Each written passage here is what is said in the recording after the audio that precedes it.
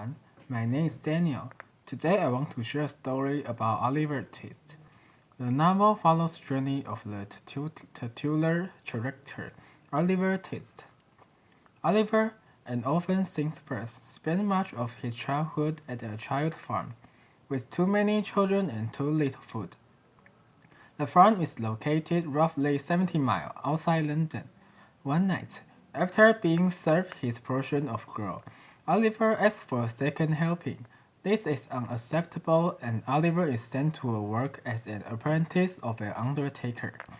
Eventually, after suffering repeated mistreatment, Oliver runs away and heads for London. He soon finds himself in the presence of the artful Dodger, who tells him to stay at the house of an old gentleman named Fei Jing with a number of other boys. Oliver learns that these boys are trained pickpockets. On an outing, Oliver witnessed the boy take a handkerchief from Mr. Brownlow, an elderly man, which prompted Oliver to run away in fear and confusion. The elderly man mistakes Oliver's behavior for guilty and has him arrested. However, after learning more about Oliver, Mr. Brownlow realized his mistake and offered to take care of him at his home. Oliver assumed that he is now rid of Fei Jing and a pickpocket, but his knowledge of their crime caused them to seek Oliver out.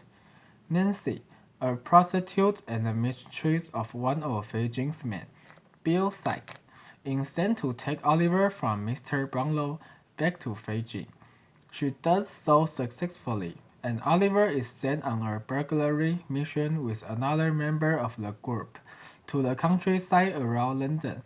On this errand, Oliver is shot in the arm and then is taken in by the family that he attempts to rob. While he is there, Fei Jing and a man named Monks plot to get him back.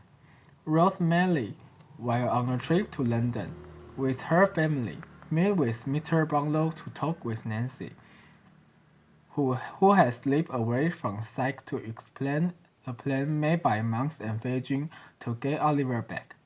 She describes Monk and tells them when he might most easily be apprehended.